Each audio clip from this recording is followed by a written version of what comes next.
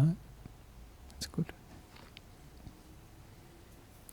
So, this evening I was going to talk about some favourite verses of mine from the Dhammapada. Do people know what the Dhammapada is? This is a collection of verses by the Buddha. He spoke on lots of different occasions, and Dhammapada is a very, very famous collection of these verses, and they're very inspirational. And they're actually one of the most, probably of all the Buddha's teachings, I would say it was the most loved actually of the Buddha's teachings. So this one is something that I find very useful. With these teachings, with these verses, for instance, or even with questions, if they resonate with us, if they bring something up for us, if they make us investigate, look into things, they're very useful. And for me, this one is very useful. And because it's focused on something that's very important at this time of the year, I think, is what really matters, what's really important for us. Because too often, we are taken up with our day-to-day life, and we don't keep our mind, we don't focus on what is really important for us. And if we don't have those sort of goals in mind, what's the most important thing for us, we tend to live our lives in a way that doesn't go towards what we want to attain, the direction we wish to go in. So, I'll read these verses from the Dhammapada. I think many people will know this, or some of you will.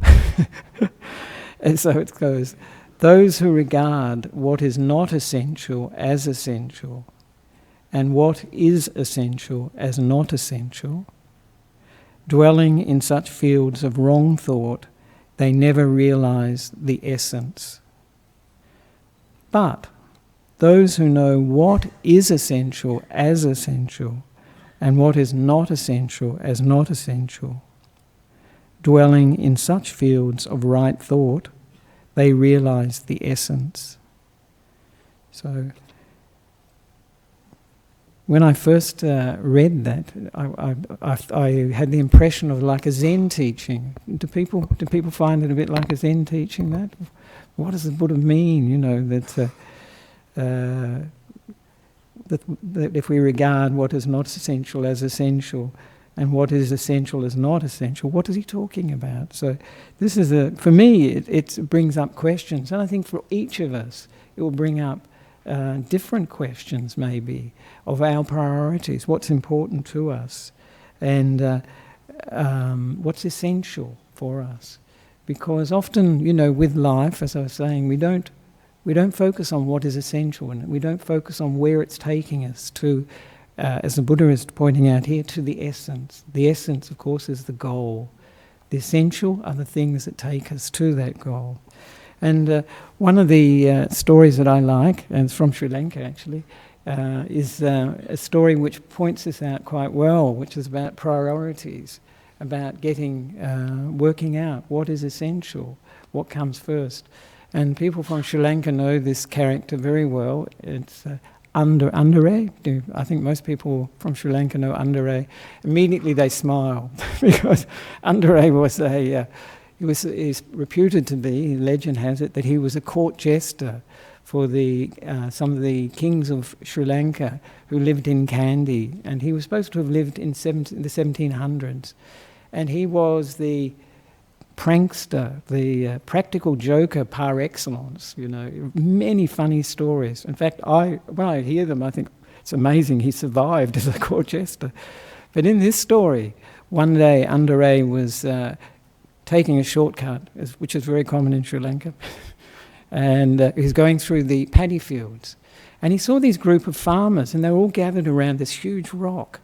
And he wondered what they were, discussing, because they were deep in discussion about this huge rock. And he came closer, and they were talking about, it would be great to move this rock. There would be so much more room in the paddy field. We'd be able to grow more rice. And then they were very concerned with where to move the rock. And they were discussing, we can move it here, we can move it there. And then Andare said to them, well, I can help you with moving the rock. And they were overjoyed. They thought, this is marvelous. And so they said to Andare, well, what do you want? What would you need to help move this rock? And he said, well, for 3 months, I would like the best rice, I'd like the best chicken, and all this choice food. Presumably, I think, so he's supposed to build up his strength to move this big rock.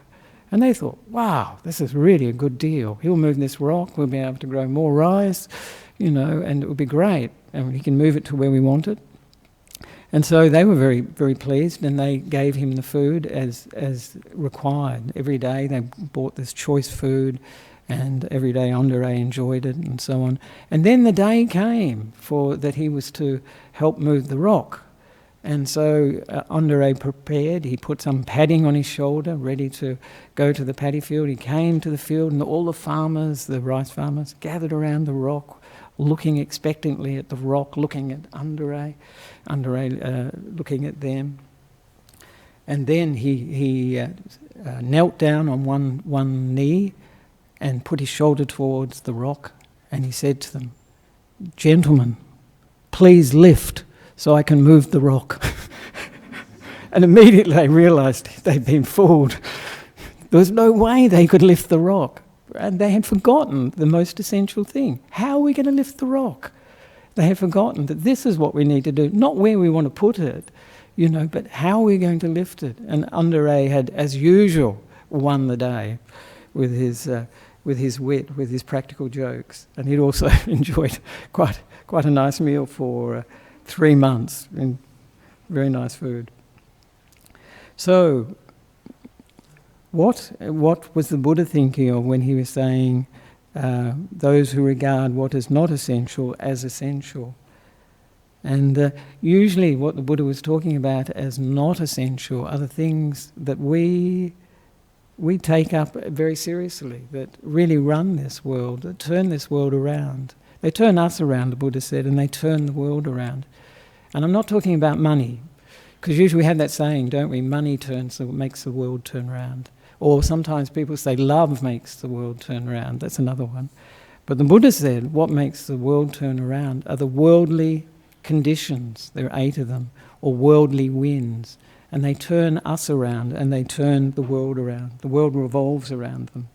So these worldly winds are the things that we're often preoccupied with. But do they really lead to our happiness, our inner happiness, our sense of fulfillment and purpose, meaning in life? And the first one of these I've changed the order actually from what they usually are, because I think this is the order that really people relate to most actually. And the first one is looking for happiness through the senses. And this is a very big thing that we as human beings, we know the senses, we know the pleasures of sight, sound, smells and tastes and touches. These are the things that we look for happiness in. And these are the things actually, often they form like addictions, don't they? We get very attached to them. And these days, oh my goodness, collapsed. These days, for instance, the area of sights can be like travelling. People like to travel a lot. They like movies. They like paintings. But one of the big areas these days is internet, isn't it? This is where people are taken up, consumed, looking for happiness, and actually often finding a lot of suffering, because we hear quite a lot about, don't we, on the internet, bullying and things like this. People, we don't only read and see the things we like, we also experience and see the things we don't like. And these worldly winds, these 8 worldly dhammas, are all about desire and aversion, or desire and fear. So we desire the pleasant sights, of course, travel, as I said, nice movies and so on. We also go for very nice sounds, and music is an incredibly important thing these days, isn't it? It's really, it was when I was young, so I imagine it's even more so now. People enjoy music, they live music. I see people when I go on walks, when I was in Melbourne recently, going on walks, always jogging with their iPods on, always listening to, I think, music. So it's something we've tried to find our happiness in. And it's the same with tastes. Food is very important for people. And you notice people, have their favourite types of food, and it means they get a lot of enjoyment from it. And they we're trying when we enjoy these things, but we're always trying to avoid pain. There's pleasure. We're looking for pleasure through the senses, but we're trying to avoid pain. So often, some of these, you see it, don't you? Some of these pleasures, so-called pleasures, lead to addiction. Like even for eating, for instance, people will binge, won't they? And then have corresponding problems with their health, maybe overweight, obesity, these things. And it leads to pain. It actually goes to the opposite. And we're always trying to avoid pain. And in fact, a lot of the reasons, isn't it, that we are interested in these pleasures is to avoid pain. We're living our lives like we only want one side of the equation. And also we like smells. These are things, perfumes, incense, the smell of trees, flowers, gardens, all these things. And the same with touches with the body. This is very important for us. We, as human beings, if you see our houses, if you see the places where we live, what are they geared to? Comfort. There's a lot of comfort that people are looking for in the world. And this is a form of happiness that we're often seeking and trying to avoid the other side at all costs, pain. Any sort of pain, physical pain or mental pain. And this reminds me, especially this search for, pleasure through the senses, reminds me of a story of Nasruddin. Have you heard of Nasruddin? I think he's quite famous. He's, I think again, almost like a literary character, but they say he was a real person. He was a Sufi teacher, a Sufi mullah, they call him. And one day he was sitting with this huge pile of chilies, and his tears streaming down his face, and he's eating chili after chili. And a friend came up to him and he said, Mullah Nasruddin, what are you doing? Why are you eating all these chilies? And you're streaming, it's obviously you're not enjoying it. He said, I'm looking for the sweet one. And that's what we do with a lot of our sense pleasures, actually. We're looking for the sweet one. And the interesting thing with sense pleasures is that, yes, there is happiness there. And often, we try to repeat it and we don't get the same sort of happiness. So we have to spend a lot of time trying to actually get that sense pleasure. So this is important, I think, number one for most people. This is one of the things that the Buddha pointed to as not being essential, because what the Buddha is pointing to is the happiness of the mind, not the happiness of the body, the senses. And the other worldly winds, and these ones, the next one I think we can relate to as well, is getting and gaining. This is the desire to get things, property, possessions, money. We see it in all aspects of our lives, actually, not only the material aspects. I call it shopping around. We like to shop around a lot. And what are we looking for? We're always in this sort of worldly wind. We're always searching for the best, aren't we? We want the best. Nothing less than the best. So the other areas that we find we shop around are also for people, aren't we? We're trying to collect relationships, friendships, partners in our lives. And these are going to give us happiness. These are going to give us security. These are going to fulfill us. So that's another aspect. And you see this a lot in life, that we see all these dating services, online services, and I see it in Sri Lanka. They have, of course, the marriage columns and so on. You see that a lot. They're not so much into online dating, I think. But this getting and gaining doesn't only apply to the physical side, to relationships, to people. It also applies to spiritual life, because you find this, they call it spiritual materialism.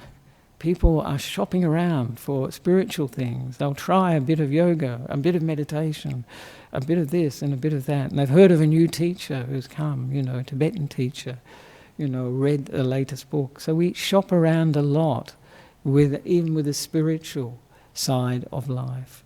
And we think, by getting this, by gaining this, somehow we'll be happier, we'll be safer, we'll be more secure. But at the same time, what we do is we fuel that fear that we might lose all this. It might go, the money, the possessions, the people in our lives that are so important. We may lose them. And of course that is the essence of these worldly winds. Where there's pleasure, there is pain. Where there's gain, there will be loss. Has to be. But we all want to just get gain. We all want to get pleasure. We don't want the rest. But if we can accept, if we can understand that this is part of life, then these worldly winds don't spin us around as much as they can. And the next one that the Buddha was talking about is fame. I think most of us don't have to worry about fame too much. We're probably not going to be so famous. So the internet is now making it possible for people who would never be famous, never be known of, to go, I think they say viral. So you can see them on YouTube, they're on Twitter and things like this. But what fame is concerned with, of course, is being known, is being somebody, is making one's mark in the world. And this is very important for us, actually, for our sense of identity, often this sense of our place in society. And we put a lot of emphasis on it. And this is a worldly wind that affects us, that drives us. So that is a very strong sort of wind that we can see. There are certain professions. They're like, for instance, singers these days, aren't they? Very famous. Some singers, not all. We think of David Bowie, who just passed away.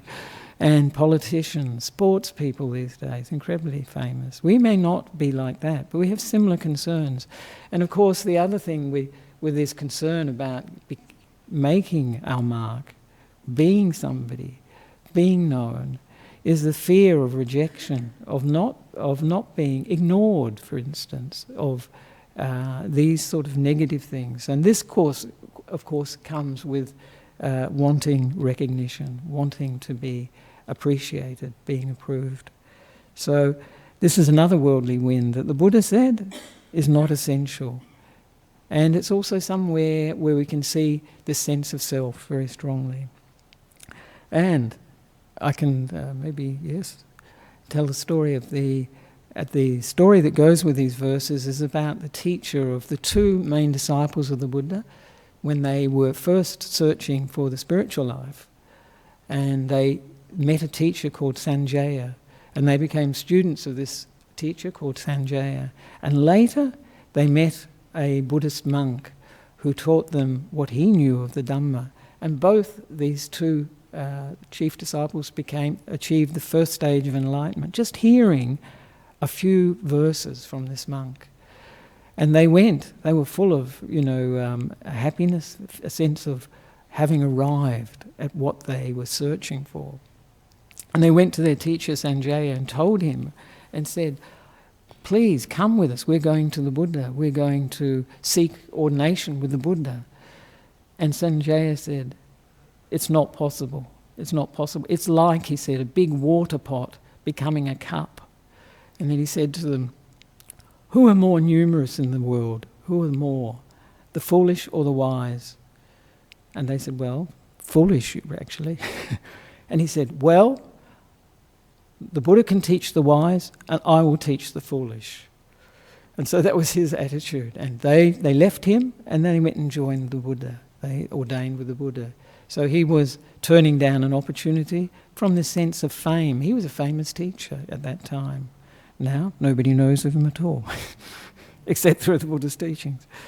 And the last one of these worldly winds, and this is a very interesting one for all of us, is seeking praise and avoiding criticism or blame. And this is a great one for all of us, because when we, it's particularly when we're blamed or we're criticised, you really can see the sense of self come up. You can feel really indignant, you can feel really upset. Often people say, when we talk in Buddhism about non-self, the first thing is to examine the concept, the illusion of self. This is a very good place. If somebody says to you, "You're stupid," or something, you just see the reaction to that and see the sense of self come up. So it's a very useful thing to use in our practice, but most of us don't. We are just spun out by it. We're upset by it. We're annoyed by it. And sometimes we're blamed unfairly, sometimes quite fairly. Sometimes we're praised unfairly, and sometimes we're praised fairly. So these are areas that we can use for our practice, actually. And as I say, if we see them as just par for the course, part of life, then we don't get so upset with them. And now I'd just like to ask you for a moment to close your eyes and come into the present and just see what is essential in the present, what is important in the present.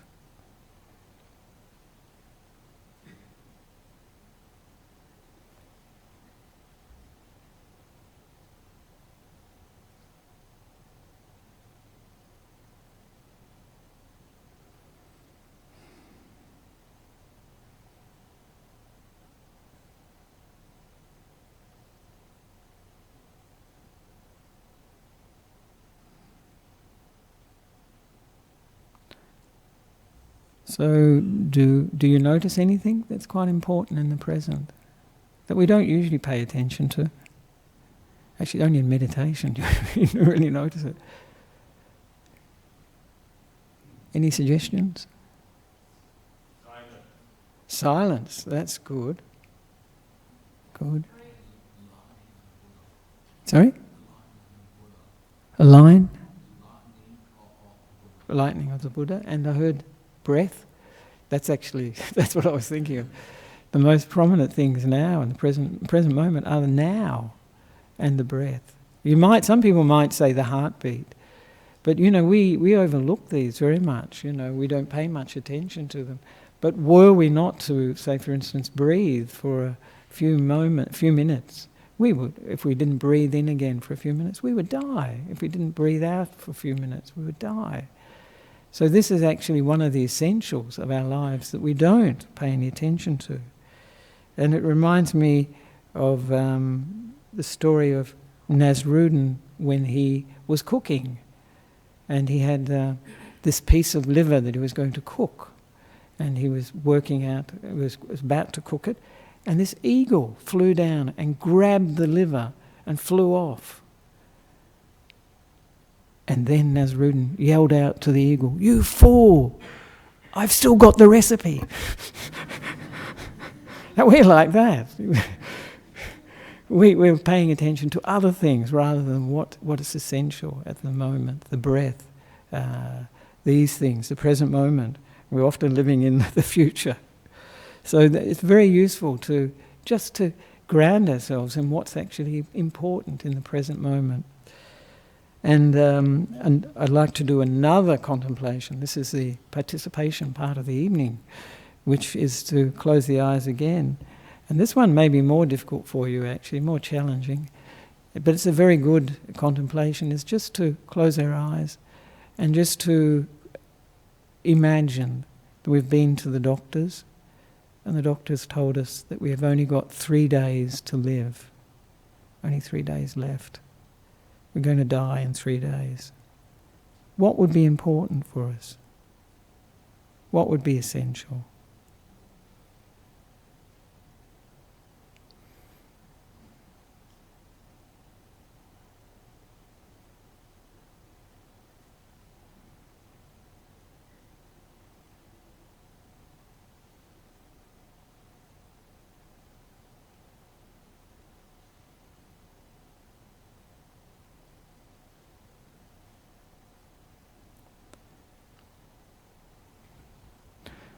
So I wonder if we have any responses.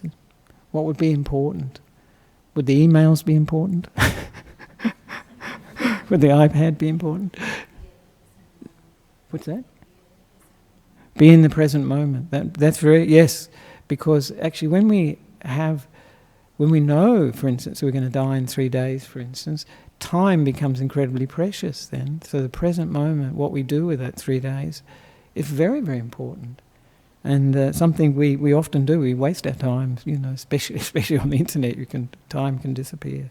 So any other things that people would find important? Yes? To love. Sorry? To love. To love, that's, yes, very important. And the other one? I heard another one over there. Be positive. Yes. I think to love is very important because the people, our relationships, that's one thing that would jump out at us if we only had 3 days to live. To make sure, to be with those people that are important in our lives. Very, very important. Essential. And to be positive, yes. To make the most of our time, for sure. Sorry? We all try to extend to 6 days. Then the contemplation doesn't work as well. But what also comes to mind, of course, is that we would try to complete or deal with unfinished business. This is part of love too, forgiving people, forgiving ourselves, forgiving other people, resolving some of the issues that we've had with ourselves and other people. That would be important because we don't want to leave this life with unfinished business. And of course, things that are very important to us, we may have projects, we may have things that we contribute to maybe charities or work that we do that helps others. That sort of thing can be very important. Things that we've written or painting or creative things may be very important at that time. And of course, these are things that give us meaning or purpose, and this is actually one of the most important areas for us, and this is an essential thing. And of course, part of that is the spiritual life, isn't it? Having a spiritual practice, whether it be Buddhism or another religion, something that takes us within, that we look within, that focuses on inner happiness. And of course, the thing that comes to me too is if we only had 3 days to live, we would be thinking of our own good qualities. It's quite a good contemplation, actually, I think, to think what you would like people to remember you by at your funeral. And usually these are the good qualities that we have, maybe a kind person or a generous person, thoughtful person, compassionate person. These good qualities. When somebody dies, they hardly ever reflect on their money or their property, those things. They'll often reflect on contribution to community, yes, those sorts of things. So these good qualities are also something that would become important if we only had 3 days to live. And the other part of the equation, and the Buddha's talking about, what is the essential, what is the things that we see, what is the essential things that we see as not essential? Any ideas?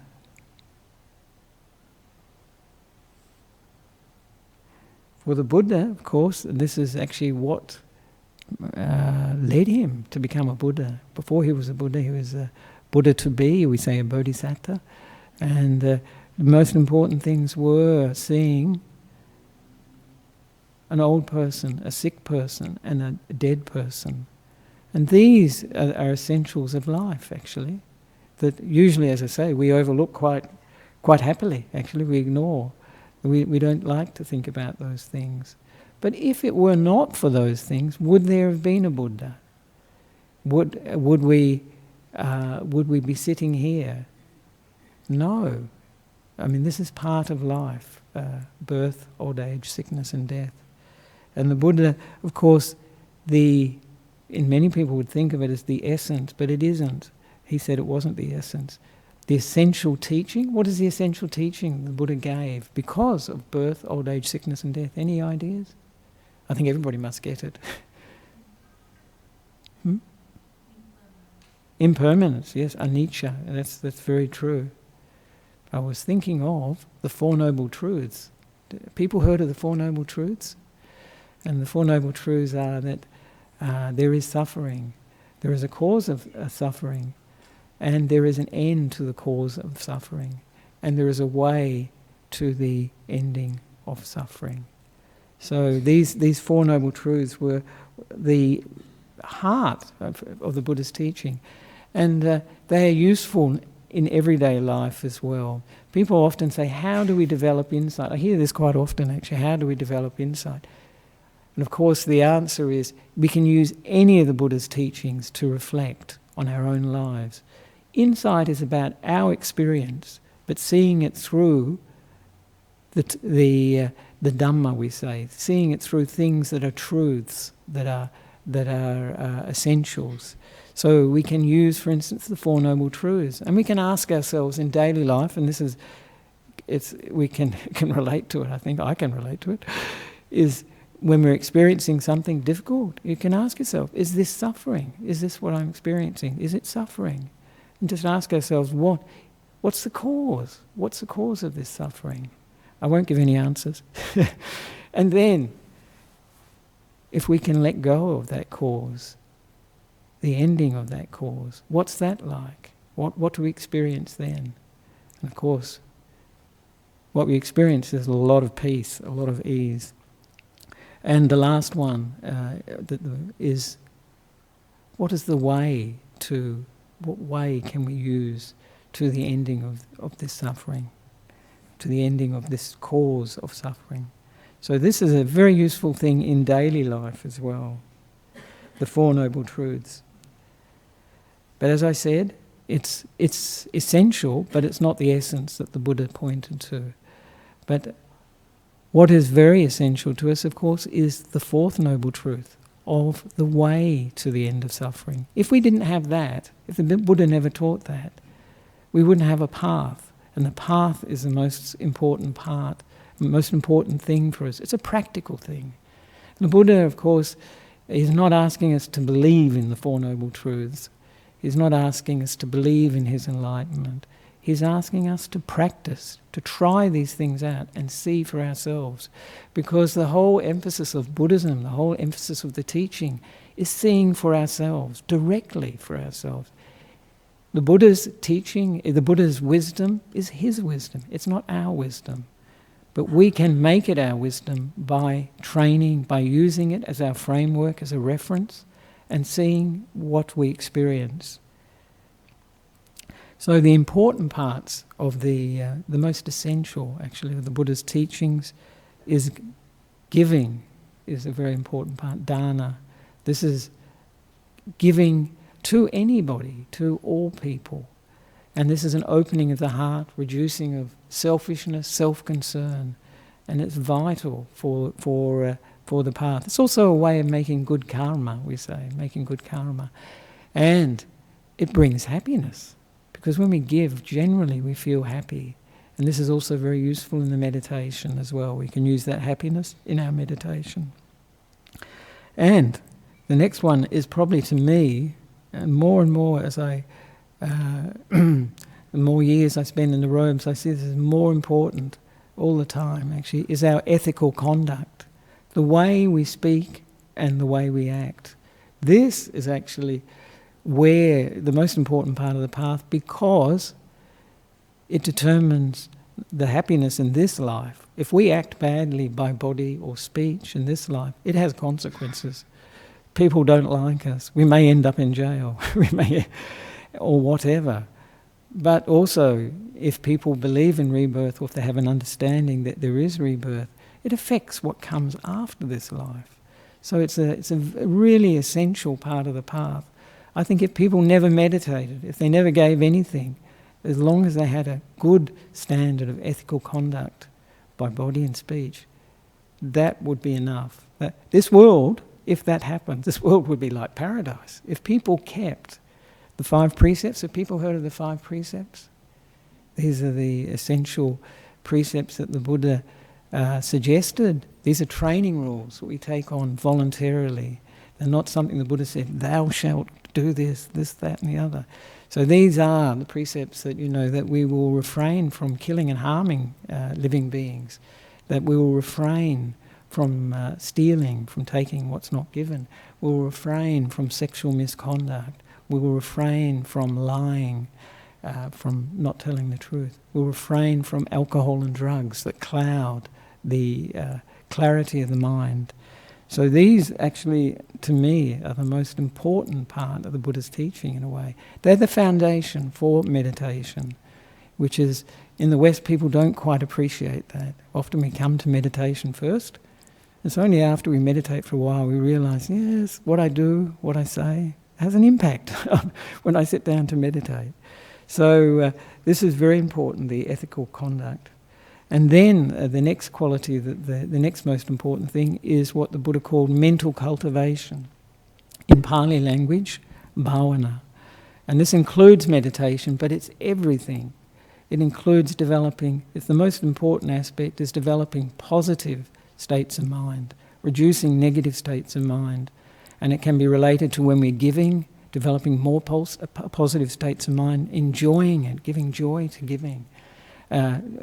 Also developing our ethical conduct, so it's even better. We're more thoughtful, we're more kind. We can develop it in a positive way as well.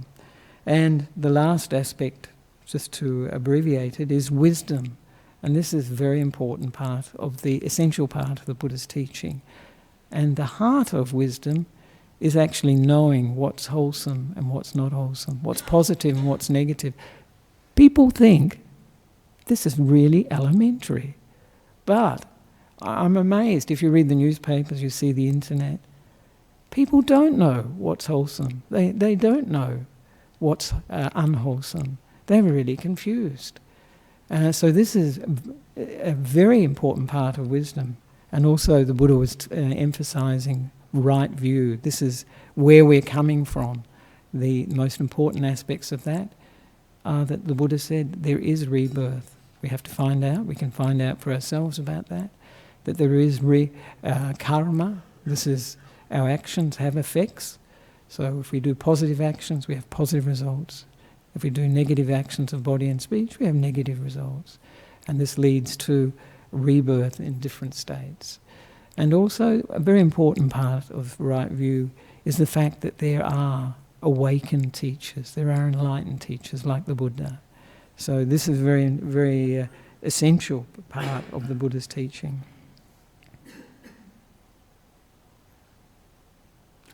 And the Buddha says in those verses, he says that when we see what is not essential as essential, and when we see things that are essential as not essential, we're dwelling in such fields of wrong thought. And this usually means that when we are trying to get all those things in those worldly conditions, we're trying to get all the sense pleasures, trying to get gain and gain, we're trying to get known, appreciated, trying to get praise, avoiding blame. When we're doing those things, we develop more sensual thoughts, more thoughts of ill will, competitiveness, getting what we want. And also we develop more thoughts of harming and hurting others in order to get what we want. So he said this is the result of chasing after, and we see this, I don't know whether you see it in the world, but people will do a lot do many things, unwise things, cruel things, unkind things, to get and gain, to get sense pleasures that they want, and to avoid, to develop, to get fame, get known, and to get praise. But the Buddha also said, if we develop the opposite, if we know what's essential as essential and what's not essential as not essential, then we're dwelling in the fields of right thought. And for what the Buddha is talking about then, the fields of right thought is letting go, not trying to get and gain. Getting and gaining is the way of the world. The Buddha is telling us we have everything we need. All we need to do is lose a lot of what we've got, the negativity. If we can let go of that, we can let go more and more of things, we'll actually find more happiness, more peace, more wisdom. So letting go is one of the areas that comes from when we see things, the essential things, as essential. And also we develop more loving kindness because we have this, we're going towards the path that reduces the negativity. We're going towards a path that leads to more friendliness, to more happiness, openness. And also we have more compassion. When we know what's essential, when we know what's not essential, then we are kinder. We have more feeling for other people and their suffering, their difficulties. So this is a very important part of the Buddha's teaching. So the big question now is, we've talked about what's not essential, what is essential, what is the essence? Are there any ideas of what is the essence of the Buddha's path? Any ideas? Sorry? Let go of the craving. That's pretty close. But this is what the Buddha said, actually. He said, the unshakable deliverance of the mind, that is the goal of this spiritual life, its heartwood and its end. So what is he talking about? He's talking about when we become enlightened, when we become awakened. He's talking about deliverance of the mind. What's the mind being delivered from? It's when the mind is completely pure. It's free of the negativities of greed, hatred and delusion. And it's free of all suffering. And it's free of being reborn again and again and again. It's free of, we say, samsara. And this is the highest and the sublime, most sublime happiness, peace and wisdom. This deliverance of mind. This is the essence of the Buddha's path. This is what the Buddha was teaching for. So all the other things I was talking about, the Noble Eightfold Path, these are the essentials. The giving, ethical conduct, the developing, cultivating the mind and wisdom, these are all essential. We need them. And in fact, when I look at the Buddha's teaching, I think there's nothing that's not essential, actually. You can use all of it. But these ones particularly are important. So I'd like to finish with a story which you all know, I think, probably know. The Emperor's 3 Questions. Do you know that story? Yes. I might give it in a little bit more elaborated form, so then it's a bit more interesting. This is a story that Ajahn Brahm tells, and you all know quite well, I should think, but it comes from Leo Tolstoy, and he wrote this in 1885. It's a wonderful story, actually, and this concerns an emperor who is obviously very philosophical. He was looking into the meaning of life, and he wanted to know the answers. So he distilled his search into 3 questions. Wait for everyone to say. And the first question was, what is the most important time? And the second question was, who is the most important person? And the third question, what is the most important thing to do? And he had these 3 questions, and he actually offered a reward for anybody that could answer it. And he had many people come to give their answers. And he listened to them, and he wasn't satisfied with any of them, actually. He thought they all fell short of the mark. He obviously had an idea of what the answers were, I think. So one day he'd heard about a hermit who lived on a mountain who was considered to be very wise. So he decided he would go and visit this hermit who lived on the mountain in a hut. And he disguised himself, and he went up this mountain. And he arrived, and he saw the hermit there. And the hermit was digging his garden so he could plant some vegetables. And he came up to the hermit and he asked his 3 questions. What's the most important time? Who's the most important person? What's the most important thing to do? And the hermit said nothing. He was silent. He was digging. He just kept digging and digging. And then the emperor thought, well, I might as well help him out. So he could see that the hermit was old, he was tired, so he helped him out. He started digging. And he was digging and digging, and it was getting later. He was hoping to get down the mountain before dark. And he was thinking, just finish the digging. And he thought, I'll ask the 3 questions now. Now's a good time. And then a man ran up with this terrible wound that he had. He was bleeding all over the place. So the hermit said to him, please help this man. And so the emperor was there busy putting cloth over the wound, absorbing the blood, washing it in the stream, coming back, soaking out more blood. And eventually he managed to staunch the flow of the blood and bandage this man's wound, and he took him to lie down in the hermit's hut. And by that time it was getting dark. So the emperor thought, well, that's it. I can't go down the mountain. So he spent the night in the hut. And lo and behold, in the morning, the man who had been had this terrible wound, he said to him, please forgive me. He said, for what? For what? And then he explained, this man said, I got this terrible wound when I encountered your soldiers down below. They recognized me. I'd actually come to assassinate you. And they'd injured me, and you actually looked after me and saved my life. And he said, so please forgive me. And the emperor, of course, he said, yes, of course I forgive you. And the man was well enough so he could go down the mountain and head off. Then the emperor thought, at last, my 3 questions, I can ask the hermit. And he said to the hermit, what's the most important time? Who's the most important person? What's the most important thing to do? And the hermit said, you've already been answered. And the emperor thought, what do you mean I've already been answered? He said, what's the most important time? He said, most important time was when you were digging the garden for me. The most important time was when you were helping that man with the bad wound, the terrible wound. That was the most important time was now. That was when he was doing it. And who was the most important person? When you were helping me do the digging, when you were helping that man, we were the most important persons. And what was the most important thing to do?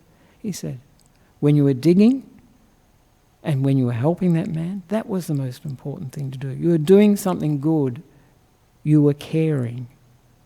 And he said, this is what you were doing. And the emperor was very pleased. This was the answer to his questions.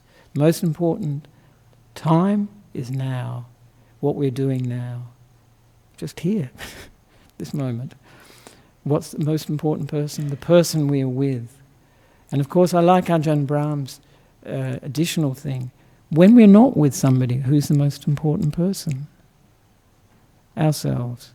We can't forget ourselves. If you do, that's not balanced.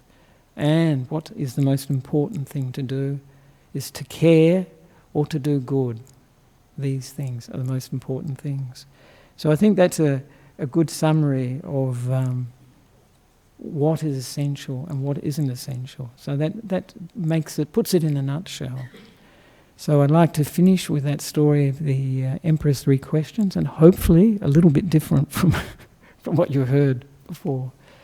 So if there are any questions people would like to ask, you're welcome to.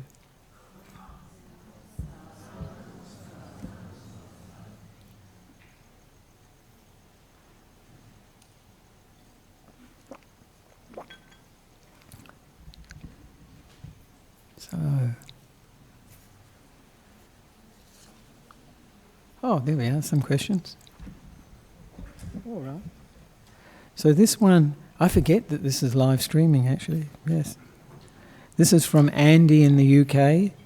I have suffered with chronic pain daily for 13 years, my goodness. I hate and fear pain. I tell myself I will meditate when the pain has gone away. Any advice?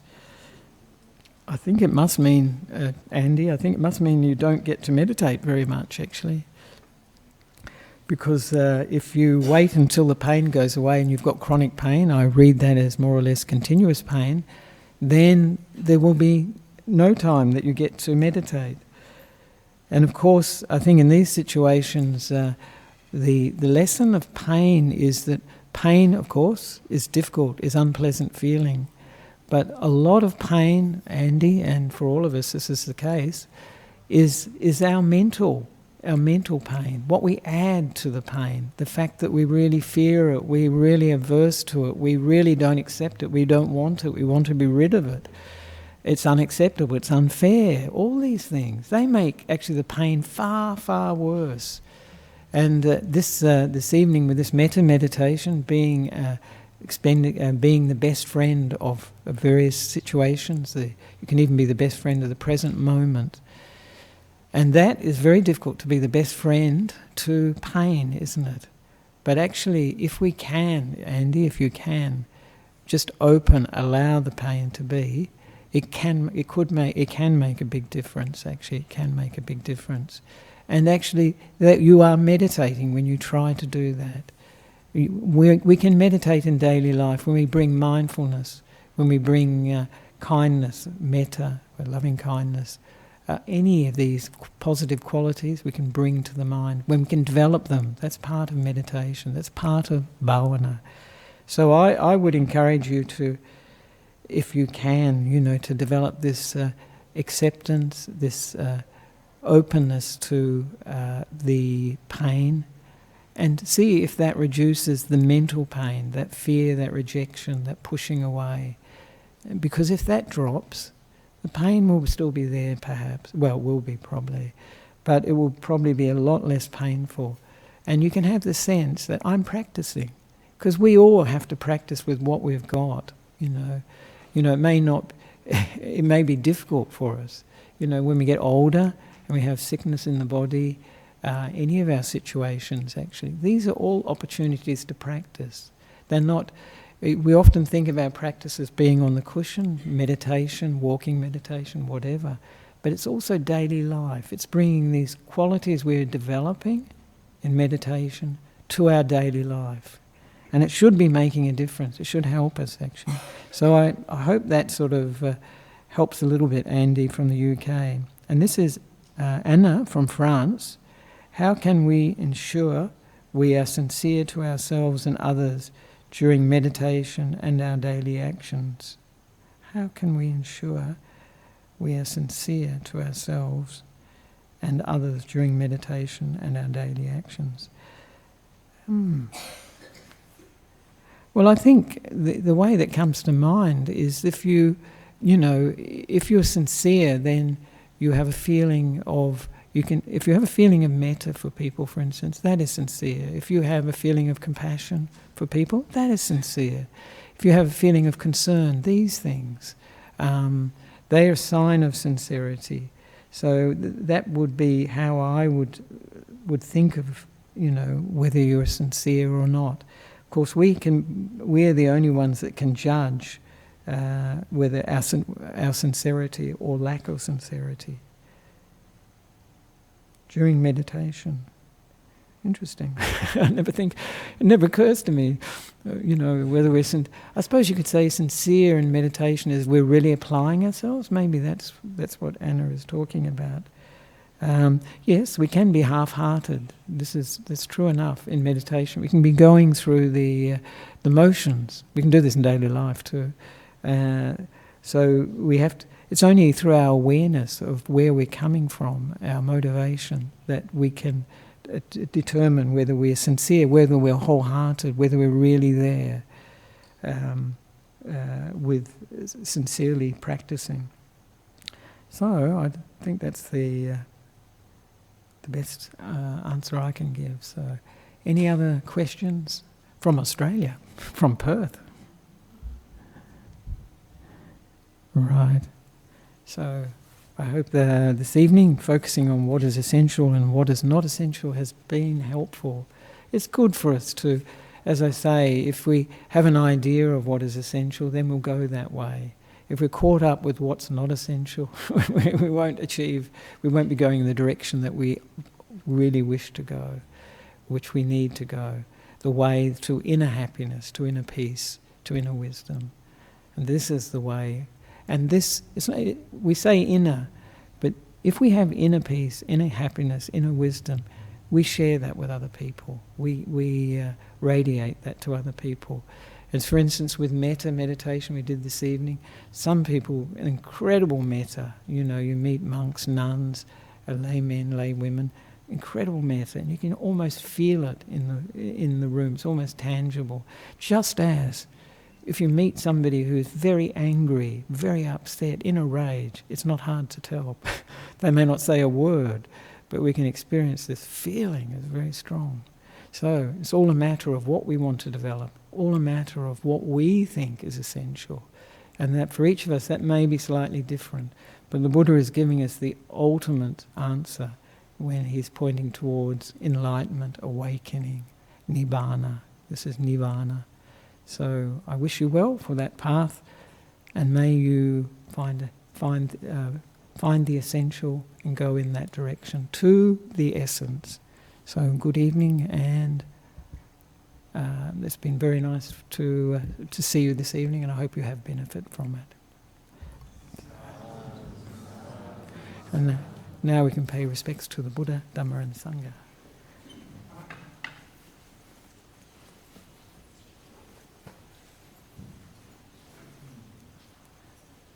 Arahang Samma Sambuddho Bhagava Buddhang Bhagavantam Abhimade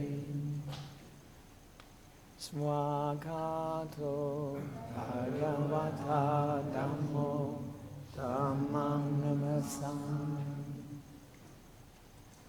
Supatipanno Bhagavato Sāvaka Sangho Sangham Namami